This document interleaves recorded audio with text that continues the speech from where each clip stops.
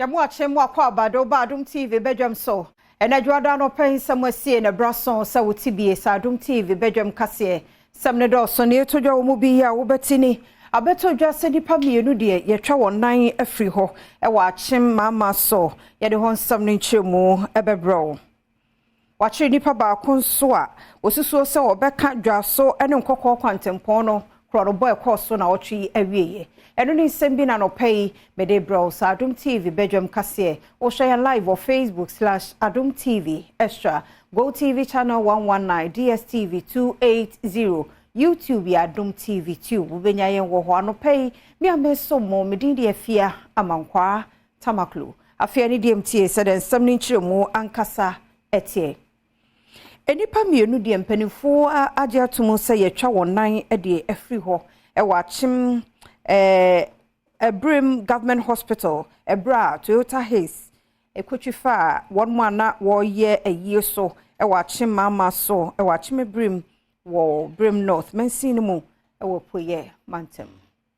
emu post fo akire enipa baako ya woka nipa miensan yesusu se wo mu kokro no bo ewo dwaso ne nkokọ kwantempon no eso na womani abrekro do mo hwehwe miensa na wonmo aka no kwase ade ya homache na womudi sa ensem abambofo ahye boss se de tie bia no wona aka nso won sabetumi aka wo na police service enkrata wadi abetu dwamu ene wo kire mu se kronobo bi ekoso ewo dwaso nkokọ kwantempon no so no wa kire mu nipa baako a miensa aka nso wobo modern aso betumi akire won mu nyina enne kwasie oforiso obosume de tosonson ahomache don kubre mu honomo enna police patrol teams na wonum ebon toa ewo kwantempon no so etese kronobo bi ekoso ewo mpatamu honomo enum ene wokɔkire wo mu nipa baako enso obia empra wo mu wakire mu se policefo enam wonum nimdie so a woyɛ nhwehwɛmu se de be ya wonum waka no obedi obetumi bia se be ya obekire wonum Adom TV Badwam kase na oguso ehwe no na yebɔwura yensam foforo mu nso a obi a adoya ye ne ma na wakoya adoya ma de hye wo achem asiakwa ye no ewo Abuakwa South mensimu ewo poye mantem mrebi atwam ne nso ho ode ma won pa ne waye mechanized borehole ibi de amakro no Adom kase etwase me konya we a mobusa me say question asiakwa ha ne wo yen hadi yin akodu be emfedu no mansa na efri kro no ti yesu ye kwa mano ne ba ya ne hu se niam bi wa enkoyi ensuo na efi eti ebdi ne ma ne hu se no ese etimi ye bibi na etema ye de ma de ma ekromfo ye twafo electoral area for no no munyin so kra je so mo na antiko super on silence no munyin so ene ne ade ya ba etima se ye be bi ne de aboy ekro ma me de bejam se ombe bia woni no masisi ha because electricity bill ni ade nyina na mafa ni nyina ye ya de beto so ye be bibia na omo so munyire omo no munsisi ade na enyefe ade na si wa efe ye efe pa etinje se ye beba na ha ye green e be na green dia na che se ade na ye no kra no anso ani da sebre twuma ampofo eyi achimasi akwahene woni amane boni enkomotwetwe mu no woda Jeffrey nto wase ewo samu a waba be yamane manfo no kan yeda JK nto ase se wetimi abeye ade fefefe sei amayen na so na bisa question no so no me se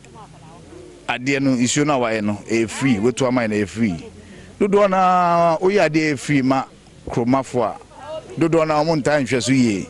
enti no medikan akacho mo se ade free ya JK nto ayama isiakwama no yeni so omombo modia no mo hwe so ye nse na be ya ebitimi awo ho ache na obia timi enye bi I enjoy JK nto ono atunenum tuo se ade awaye onwie ye obeye bia ka ho na mede we so ye akwanya asre kroma for se ade fefe awaye omombo modia so omuso omunkeka omo ho na omuntimi ye bi mfambo isiakwaman sebe krodie ye de ahoho ne nipa enechi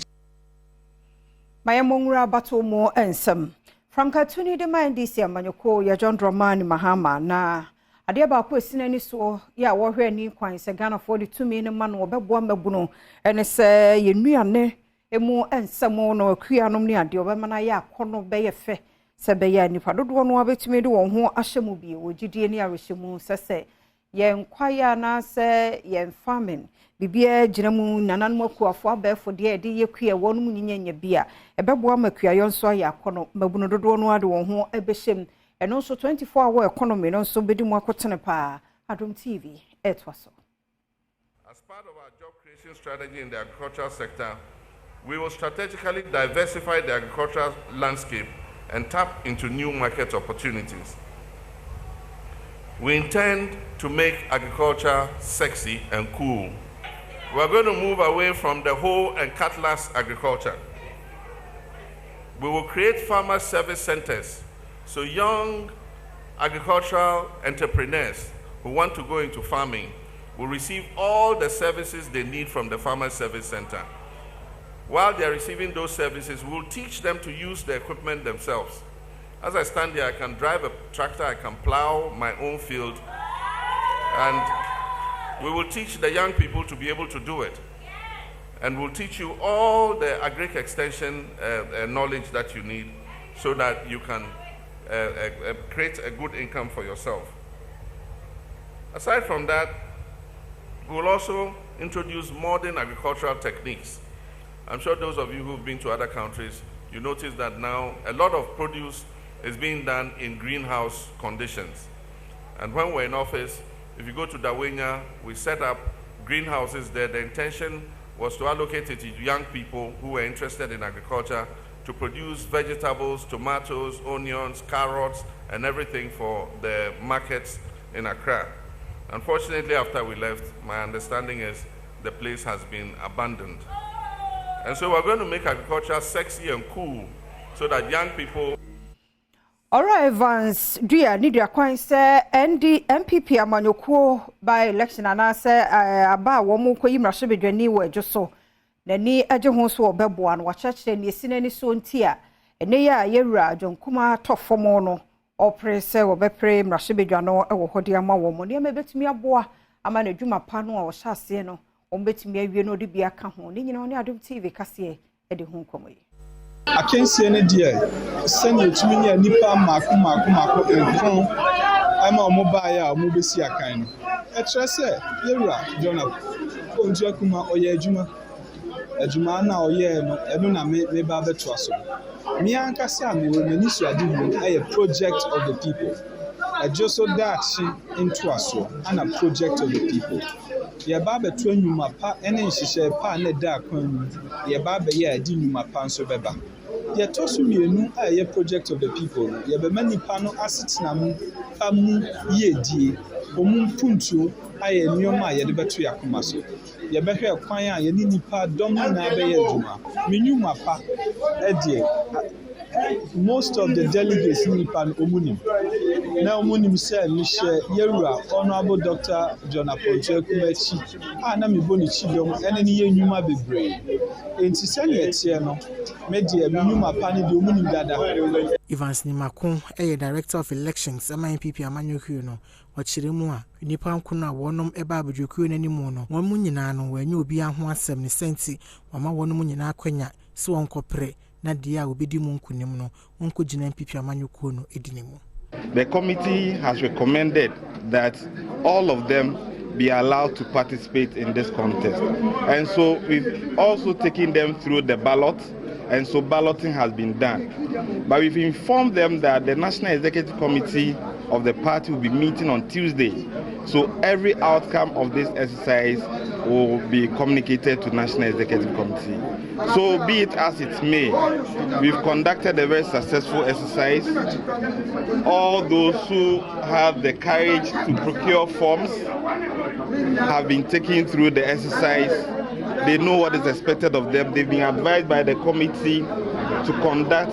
campaign exercise that will bring unity of purpose among the rank and file. My friend Pomodin Emunsam na health center ya wa danse odumase na one more enya niema wo de beboa ma Pomodin no ehun nsam na so ye eya busua ya won kwa obi man so no akeka won ho abomu a wabeye won mo adoye eno achi no physician assistant wo ho or the administrator to just laboratory ne washing machine ho niema bi wo ho no ma wo mu hia e wo ho se be betimi adi mu ye ama Pomodin pa wo de ma de hye wo ho no etimi agya na so ne Adom TV kase atwaso the OPD cheers nearby na omsandi beshes ne hospital beds na di brayen. In fact edin for be brayen. The edi kan ye nkonya no na e obi but na nye enough. We sure the ebaye nso in fact of quality. In fact in fact be ma attendance no so akosro obi ba obenya baby atna. Sometimes no overflow just obi twen na obi ba obi sore na obi abetena se. Ambitious no so and also be my emphasis because not you will be but na enough. You cry ya adwen say be kwa kotobi but na ahombo so ye here lab lab ye ni bi ye basic labs but Kenya laba Kenon so beboa Benkum hini owo adanse odumase ono nso de tudwa se onipa wuti wiase na oni apomdina emfaso bi ani so ndibra yensa kan kliniki na esese yenso yeboa na menana no de bes ena bed sheet ena nkonwa ne baayen na ese yeda na di de kire oman no ene hospital no say facility no enipa etimi bu faso eba beje ayanre efise nioma na eba no eye sronko ana de obroni be ka say quality ye ka bibi say culture of maintenance ye Africans ana say before ye nim ye nanso ade a mi timu bi o aka say esese wo mu hweso yie. Operations Manager the National Health Insurance Scheme nefe wa hafumantamu ya Isaac Afari wode ato wona de apomdinsi achibani di dwuma se apomdin atena ye ni bia ukura wo card nanso wotata wo tueska no monu masonte sebe ya safo ne beyi wo nyina de afri ho a woni Adom kase etwaso yi bebre eye complain se okọ hospital na hospital for na jiska health insurance she mu no so no so ugita insurance nko na de hospital ense ye jiska inti ya bodawuru afa radio ya kan kire ya staff no se obi bia obekọ hospital be jiniska no o ma ya sonte na health insurance ye ni akire ni enko jinisika ma no eno na yesra tiefo na de ya tene se nipa no omo complain se ya je omusika no omo nka nkire yen inti ye hyehyɛ omo ho ye besra omo se si wo policy ni se wa obekọ hospital be jinisika no ka kire yen ya usika no se enye mara kwan mu no moje ya wo hwa ye be mobile money ni ya usika ma no ya kwatia free provider no a woji usika nsa woji wunum nti ye besra omo ya kwanja na abeda ho obi a nyusu sa opportunity no wo so ne ye usika nko a insurance office pe wasembre man na bona mane wo bo mane a yenso ya so bete ya so te a ye ma wonsa ka usika na ma siedu a health committee chairperson e was City South mensini ni mo ode ato ayaresabia nyina animu se womomodin ase wo begyae se wogigi ska efree wono mu a wokita ne chai card ni bi ebe pre ayarehwe owo ese obi eba facility no na se oka se ebia mu gini sika ese so mo na receipt na receipt ne se so de co office ne basa se bi mo refund eyini mana o metimi a refund amani pako na se wo gisika na ebia wo na receipt onye ebia no eno de emo emema nkrofo kra ema hospital obeka se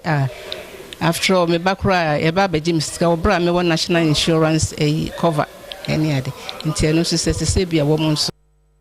Abontindom hene ye wo adukrum akuapem wono nso na ye cultural ambassador na animobri wode to Ghana fo nyina anim se ye man kabom ne amamre ne amane eni dwuma pa bema amanyosem tete ye ntem nemum sade omman no etie ne amamre ye nkrom de no eni akotene na kabomumra Adom kase edeba o she program say drew match it's Ghana month. The year of March, no, ye showcase ya mamre ene de chese ye Ghana ye ntali she ye duane ye nyum baabi a yɛ free yɛabɔbrɛ yɛmpanifo a ɔmo gyina hɔ kɔma ɔman Ghana ɛfiri Kwame Nkrumah no nso gye bi da nkwa nom akɔagye pa grant nom yɛ showcase na nkwadaa no nso su Kontinhene tufohene ɔhene foforo a wasi no no ɔde ato n'anim sɛ n'adwuma ne ɛsɛ sɛ ɔma ne si n'ani so paa na ehu hia no ɛyɛ ekuro no empumtuo. Education ɛyɛ ade a ehia wɔ baabi a nti yɛ expecting sɛ ɔbɛbɛka wo na no mpanyinfo abom na wɔn ama kuro no so wɔ education mu no nkwa ntimi wabɛyɛ sɛ ɔne abusuapanyinfo no nyinaa tena ase na wɔn sina biribi yɛ frɛ no ahene no obi ka sɛ osina ahene a nipa ne dɔɔso na mmerɛti atena ase na wɔn ayi nea ɔfata ɛno nti na osina wɔn asina ahene no nti wɔn mpanyinfo nyinaa Mamenyina no so na Adom TV Badwam kase na ha ne bema kwan na no pay media si medase emrani adaje ye kwaba da bonkrata na online stories ahodo bi ensa kan wadaroma ye de somo ye nchakura sima be miensa ye beba sisi ye edase